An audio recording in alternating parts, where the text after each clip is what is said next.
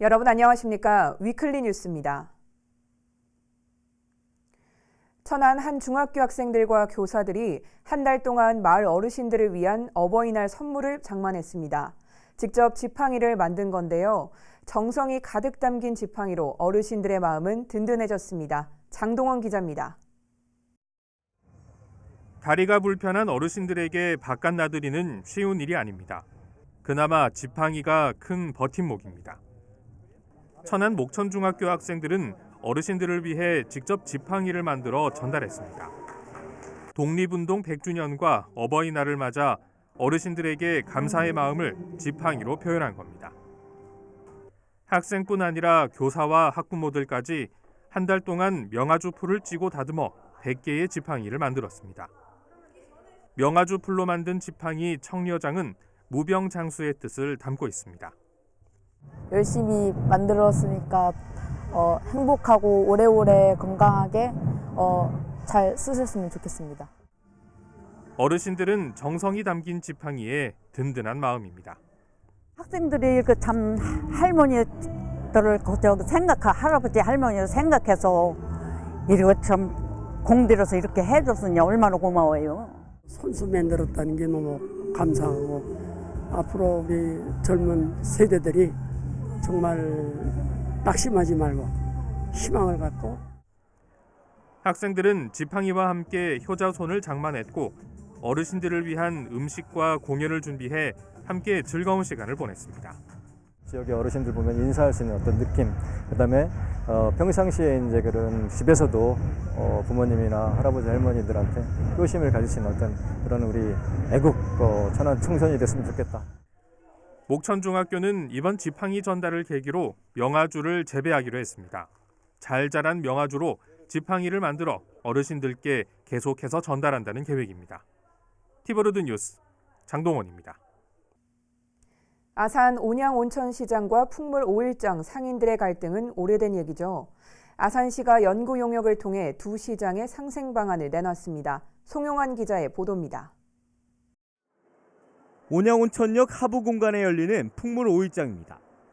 지난 2009년 건곡동에서 이곳으로 옮겨온 이후 매 4일과 9일 닷새마다 장이 섭니다. 그러나 상설시장인 온양온천시장과의 거리가 워낙 가깝다 보니 5일장의 위치를 옮겨달라는 요구가 계속됐습니다. 그때는 그래도 손님이 많아요. 그런데 첫날만 절로 나갑니다. 그래서 이게 보통 문제가 다 서울로 가고 차가도 그냥 들어갑니다. 여기는 안. 이런 가운데 아산시가 두 시장의 상생 방안을 마련하기 위한 연구 용역을 벌였습니다. 최근 발표된 용역 보고서에 따르면 온양온천시장은 지역민들을 위한 쇼핑 공간으로, 풍물 5일장은 지리적 이점을 살려 외지인들이 찾는 관광형 시장으로 육성할 계획입니다. 우리 온양온천 전통시장은 지역민들의 생활의 소통의 장이나 문화 공간으로 특화시킬 예정이고, 온양온천 하부 공간의 풍물 5일장은 외부 관광객 유인을 통한 관광 자원화 방안을 모색하고 있습니다. 앞으로는 경쟁과 대립 관계가 아닌 협력과 상성을 통해서.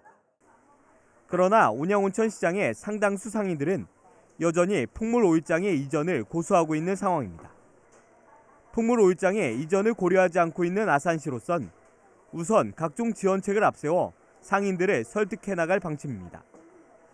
실제로 시는 온양온천시장의 고질적인 문제인 주차 문제 해소를 위해 210명 규모의 주차타워도 신축할 계획입니다. 불과 수백 미터 거리를 두고 있는 두 시장의 갈등이 타협점을 찾아 상생 관계로 거듭날 수 있을지 주목됩니다. 티브로드 뉴스 송용환입니다. 공무원들의 국외 출장 부실 논란은 어제 오늘 일이 아닙니다. 정부가 개선책 중 하나로 연수 보고서 공유 사이트를 운영하고 있지만 지방 공무원들은 보고서를 등록할 의무가 없어 유명무실하다는 지적입니다. 송용환 기자의 보도입니다. 인사혁신처가 운영하는 국외 출장 연수정보 시스템입니다. 지난 1998년 개설된 이후 공무원들의 국외 연수 보고서 수십만 건이 등록돼 있습니다. 현행법상 국가공무원은 국외 출장을 마치고 귀국한 30일 내에 결과 보고서를 제출하고 보고서 제출일로부터 15일 안에 국외출장 연수정보 시스템에 등록해야 합니다. 국외연수의 투명성을 강화하고 우수 사례를 공유하자는 취지입니다. 그러나 같은 공무원 신분임에도 국가공무원과 달리 지방 공무원들은 등록 의무가 없습니다. 행정안전부는 자발적인 등록을 유도하고 있지만 이를 외면하는 지자체가 많습니다. 실제로 아산시 공무원들의 국외연수 보고서를 찾아봤지만 단 한 건도 등록하지 않았습니다. 반면 인근 천안시는 최근 2년 동안 약 100건의 보고서를 등록해 대조를 이뤘습니다. 충남도청과 도내 15개 시군을 살펴본 결과 한 건 이상의 보고서를 등록한 곳은 11곳, 나머지 5곳은 전무했습니다. 시민사회단체는 시민 세금으로 진행되는 연수인 만큼 지방 공무원 또한 연수 계획서와 보고서, 예산 등을 투명하게 공개해야 한다고 주장하고 있습니다. 아산시에서 국외출장 연수 정보 시스템에 한 건도 안 올라온 거에 대해서는 저희로서는 상당히 유감이고요. 출장과 관련된 모든 사안들의 정보를 투명하게 공개해야 된다고 생각을 합니다. 이에 대해 아산시는 시 홈페이지를 통해 보고서를 공개하고 있다면서도 이 같은 의견을 수렴해 개선책을 마련하겠다고 밝혔습니다. 저희 아산시는 공무국외 출장에 관한 규정에 따라서 공무국외 출장 보고서를 시 홈페이지에 공개하고 있습니다. 또 앞으로도 시 홈페이지와 함께 국외 출장 연수 정보 시스템에도 공무국외 출장 보고서를 공개하는 방안을 검토하도록 하겠습니다. 한편 행정안전부는 지방 공무원들도 국가직처럼 국외연수 보고서 등록을 의무화하는 방안을 검토하고 있습니다. 티브로드 뉴스 송용환입니다. 천안 지역 여러 산업단지를 연결해 시너지 효과가 기대되는 제6산업단지의 민간 사업자 공모가 마감됐습니다. 산단 조성이 순조롭게 진행된다면 자동차 부품을 중심으로 하는 첨단 산업들이 유치될 것으로 보입니다. 장동원 기자입니다. 천안 제6산업단지가 들어서게 되는 풍세면 용정리 일원입니다. 천안시는 지난해 12월 용정리를 6산단 부지로 결정한 데 이어 지난달 산단 조성을 맡을 민간 사업자를 공모했습니다.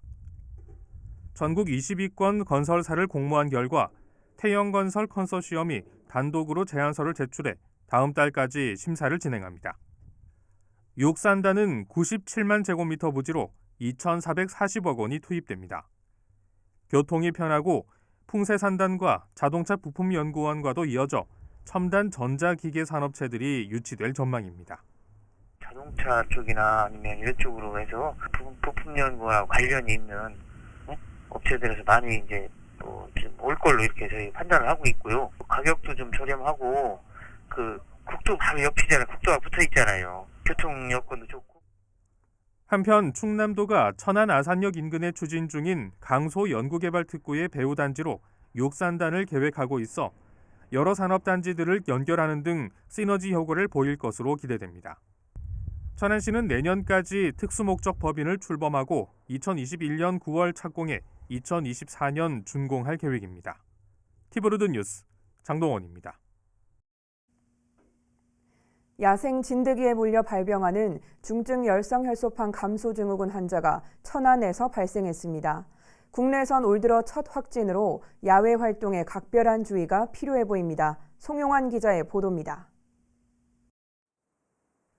질병관리본부는 지난 2일 천안에 살고 있는 55세 여성이 중증 열성혈소판 감소증후군 SFTS에 감염됐다고 밝혔습니다. 평소 텃밭을 일구던 이 여성은 지난달 28일 발열과 홍반 증상이 나타나 현재 의료기관에서 치료를 받고 있습니다. SFTS는 바이러스를 보유한 참 진드기에 물려 발생하는 감염병으로 주로 4월에서 11월 사이에 발생합니다.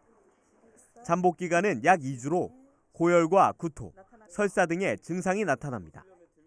등산이나 이렇게 야외 활동 후에 2주 이내에 38도에서 40도의 고열이 나거나 구토, 오심, 설사 등의 소화기 증상이 나타나면 진드기 감염이 의심됩니다. 더구나 충남은 야생 진드기의 밀도가 다른 지역에 비해 월등히 높은 것으로 나타났습니다. 지난해 같은 기간에 비해서도 2배 이상 높습니다.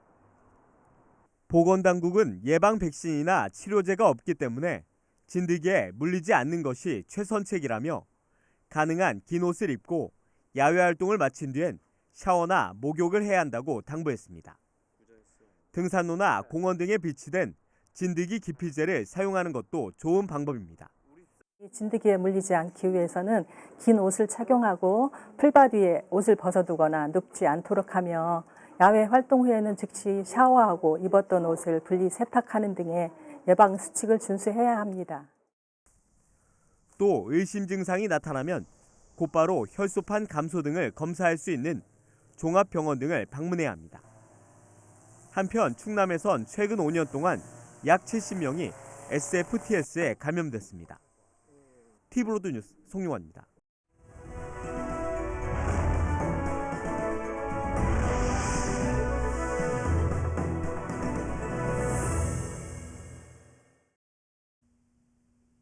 가정의 달 5월이지만 상대적으로 더 쓸쓸함을 느끼는 이웃들이 우리 주변에는 많은데요. 세종시 전이면에서 어버이날을 앞두고 의미 있는 따뜻한 행사가 열렸다고 합니다. 그 현장에 김우순 기자가 다녀왔습니다. 세종시 전이면 사무소 뒤뜰에 모인 주부들의 손길이 분주합니다. 깨끗하게 씻은 열무를 소금에 절인 뒤 미리 손질해 놓은 재료와 함께 버무리자 맛깔스런 열무김치가 완성됩니다.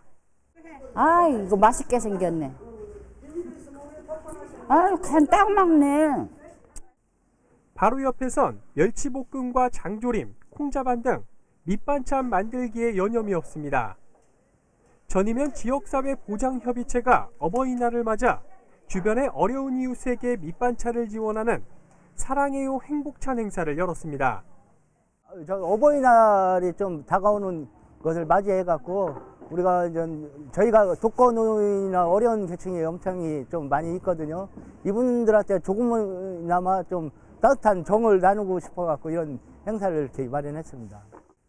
이렇게 만든 밑반찬은 지역의 어려운 이웃 100여 가구에 전달됐습니다. 병원은 잘 다니고 계시는 거예요? 그럼 병원은 어떻게 가셔요? 아이고, 천천히 걸어가요. 걸어서. 얼마 전 다리를 다쳐 집안 살림과 요리가 쉽지 않았던 할머니는 당분간 밑반찬 걱정을 덜게 됐다며 고마운 마음을 전했습니다. 아이고, 이렇게 반찬 같은 거 이렇게 해다 주셔서 고맙고 너무너무 감사합니다. 너무 행복해요. 그게 갖다 주고 이렇게 맛있게 드셨다는 그 말 한마디 들을 때마다 행복하고 가슴이 벅차고. 한창 바쁜 농번기인데도 불구하고 잠시 일손을 놓고 이웃사랑을 실천한 이들의 따뜻한 손길로 점차 퇴색돼가는 어버이날의 의미를 다시 한번 가슴에 되새기는 계기가 됐습니다. TV로드 뉴스 김우순입니다.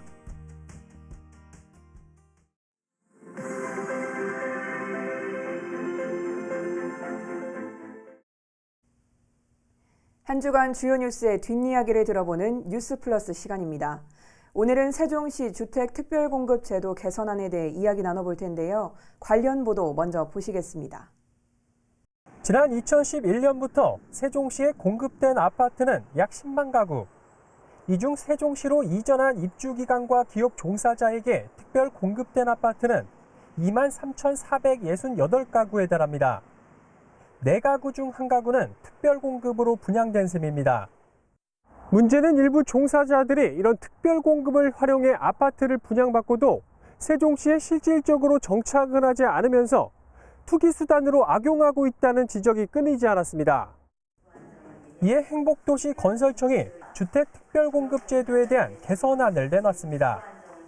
올해 말로 종료 예정이던 이 제도를 무기한 연장하되 기관별 특별공급 기간을 대상 기관으로 지정된 날로부터 5년으로 한정하기로 한 것이 핵심입니다. 이 경우 현재 213곳인 특별공급 대상 기관이 내년부터는 약 82곳으로 줄어들게 됩니다. 행안부는 2018년 4월 3일에 특별공급 대상 기관으로 결정 통보됨에 따라 행안부에서 근무하는 기존 직원들은 2018년 4월 3일부터 2023년 4월 2일까지 특별공급 신청이 가능합니다. 또 특별공급 대상기관으로 지정된 이후 신규로 전입 온 대상자는 물론 2주택자 이상의 다주택자와 주택 입주 시까지 직무 종사가 어려운 정무직이나 공공기관장은 특별공급 대상에서 제외할 예정입니다. 아울러 특별공급 비율도 현행 50%에서 연차적으로 30%까지 줄여나가기로 했습니다. 21년 말까지는 현행 50%를 유지하되 22년 말까지 2년간은 40%, 24년 말까지 2년간은 30%로 행복청은 행정예고를 통해 이달 말까지 의견을 수렴하고 올해 하반기 중 특별공급 기준 개정 내용을 고시할 계획입니다. 케이블로드뉴스 김우순입니다. 네, 세종시 주택특별공급 개선안을 취재한 김우순 기자와 보다 자세한 이야기 나눠보겠습니다. 자, 이번 개선안에서 눈길을 끄는 것이 바로 정무직이나 아니면 공공기관장 등에 대한 특별공급 자격을 없앴다는 점 아닐까 싶은데요. 네. 정부가 이렇게 칼을 빼든 이유가 뭔가요? 네. 세종시 아파트가 전국적인 관심을 끌면서 그 아파트 분양 물량의 절반을 이전 기관 종사자들에게 제공하는 것은 너무 큰 특혜 아니냐, 뭐 이런 논란이 좀 많이 있었거든요. 네. 하지만 최근에 그 국토부 장관 인사청문회 과정과 또 고위공직자 재산 공개가 되는 과정에서 이런 논란이 더욱 불거졌습니다. 실제 세종시에 살고 있지는 않은데 특공을 통해서 분양만 받고 또 대파는 과정에서 시세 차익만 누리고 있다. 아마 이런 비판인 것 같은데요. 이번 개선안을 보면 분양을 받고 아파트에 입주할 때까지 그 직을 계속 수행할 수 없는 자는 이 특공 대상에서 제외를 시키는 것으로 했습니다. 그러다 보니까 정무직에 있는 사람들, 소위 그 장관이나 차관으로 이제 많이 불리기도 하고 네. 또 정부 출연 연구기관장들이 속하는 경우가 많은데 이런 사람들 같은 경우는 그 짧게는 1년에서 또 길게는 한 2년 정도밖에 임기가 되지 않기 때문에 앞으로 이런 정무직에 있는 사람들이 특공을 통해서 아파트를 분양받을 수 있는 길은 사실상 막혔다. 또 이렇게 보시면 될 것 같습니다. 네, 비슷한 맥락일 것도 같은데요. 역시 주택을 여러 개 소유한 다주택자들에 대해서도 앞으로는 특별공급을 받지 못하도록 대책을 좀 마련했다. 이 점은 어떻게 보시나요? 네, 특별공급이 비난을 받았던 역시 가장 큰 이유는 결국 공무원과 같은 이전 종사자들이 특공을 재산 증식의 수단으로 이용하는 경우가 종종 있었다. 네. 뭐 이런 겁니다. 그 서울에 이미 서울과 같은 다른 지역에 이미 아파트 한 채를 가지고 있는데 네. 또 세종시에서 특공을 통해서 아파트를 분양을 받으면서 바로 이런 점을 막기 위한 대책으로 이제 보시면 될 것 같은데요. 네. 하지만 또 한편으로만 보면 그 세종시나 수도권에 있는 그 사람들이 다른 지역에서 어쩔 수 없이 이사 오는 경우가 많이 있었거든요. 네. 이런 사람들에 대해서까지 특공 혜택을 제외시키는 것은 부당하다. 뭐 이런 논란이 많았기 때문에 최소한의 대책으로 2주택자, 그래서 그 다주택자에 대해서만 네. 더 이상 특공 혜택을 받을 수 없도록 했다. 이런 내용입니다. 네, 결국 앞으로는 각 기관별로 한 5년에 한해서만 특별 공급이 가능하도록 이렇게 한정을 좀 했습니다. 네. 그럼 앞으로 대상 기간이 구체적으로 얼마나 줄어들게 될까요? 잠시 이렇게 자료를 보고 말씀을 드리면 네. 분석을 한번 해보니까 현재 213곳의 공공기관이나 기업이 특공 혜택을 받고 있거든요. 근데 이제 개선안을 접목을 해보니 네. 당장 올해 말로 95개 기관 또 내년까지 36개 기관이 대상에서 제외가 됩니다.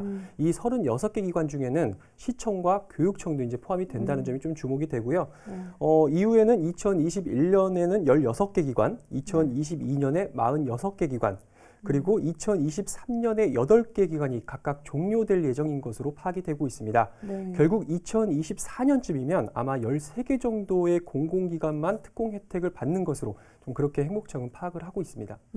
그러면 당초 올해 연말 종료 예정이었던 이 제도가 과연 언제쯤 종료될 것으로 보시나요? 네. 우선 올해 말까지였던 특별공급 종료 시점은 연기가 됐습니다. 다만 그 시기를 특정하지는 않았는데요. 네. 앞으로 대학이나 기업들이 계속해서 이제 세종시에 이전을 할 거기 때문에 이런 기관 종사자들에 대해서는 특공 혜택을 계속 부여하는 것이 맞겠죠. 네. 바로 이런 점 때문에 특공 종료 시점을 딱 한정하지는 않은 겁니다. 그래서 특공 종료 기간이 무기한 연기됐다. 뭐 이런 이야기가 나오고 있는 건데 하지만 제가 봤을 때 결국에 행복도시 건설이 2030년이면 어느 정도 완료가 되기 때문에 아마 그 즈음이면 네. 자연스럽게 이런 특공 제도도 사라지게 되지 않을까 뭐 이렇게 생각이 되고 있습니다. 네, 아무래도 이 제도가 실수요자들에게 좀 실질적으로 도움이 되는 방향으로 조금 개선이 좀 돼야 되지 않을까 싶습니다. 네. 지금까지 세종시 출입하는 김우순 기자 만나봤습니다. 철도 시험선로 공사로 철거됐던 세종시 전동면 국제 만화로 작품들이 다시 설치됐는데요. 재정비 대신 10년째 같은 작품이 그대로 전시되면서 주민들의 관심이 떨어지고 있습니다. 보도에 김장섭 기자입니다. 세종시 전동역 국제만화로에 60개 나라 유명 작가들의 만화 작품이 다시 전시됐습니다. 철도 시험선로 공사로 철거된 지 1년여 만입니다. 하지만 같은 작품만 벌써 10년째. 만화 작품의 색은 다 바랬고 녹까지 슬었습니다. 더욱이 관람로조차 설치되지 않으면서 절반이 넘는 작품들을 보기가 어렵습니다. 전동역 국제만화로가 만들어진 건 지난 2009년. 삭막한 역 주변의 환경 개선과 함께 지역 명소로 만들기 위해 지역 인사들과 주민들이 1,000만 원에 달하는 제작비를 모았습니다. 하지만 관리는 제대로 되지 않았고 이제는 주민들의 관심마저 떨어진 상태입니다. 전에 좀 왔었어요. 와서 보고 가고 그랬었는데 지금 뭐 다 보다시피 뭐 다 흐려져 버리고 뭐 그림이냐고 뭐 있어 지금.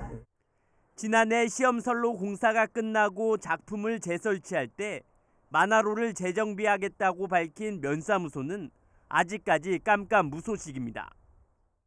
그래서 뭐 만화벽화를 여기 다시 그려주고 그런 걸 했었거든요. 근데 그거는 그냥 원상복구만 시키자고 했었고. 국내 최초 기차역 방음벽에 조성된 국제 만화로로 모아졌던 관심이 제대로 관리되지 않으면서 이제는 무관심이 돼버렸습니다. TV로드 뉴스 김장섭입니다. 세종시가 오는 14일부터 4대 불법 주정차 금지 구역에 대한 집중 단속에 나섭니다. 4대 불법 주정차 금지 구역은 소방시설 주변과 교차로 모퉁이 5m 이내, 버스 정류소 10m 이내, 그리고 횡단보도 10m 이내로 이 지역에 불법 주정차된 차량은 상시 단속 대상이 됩니다. 특히 소방활동을 지장을 초래하는 소방시설 주변 주정차 행위에 대해서는 오는 7월 31일부터 과태료를 4만 원에서 8만 원으로 상향해 부과하게 됩니다. 뉴스를 마칩니다. 시청해주신 여러분 고맙습니다.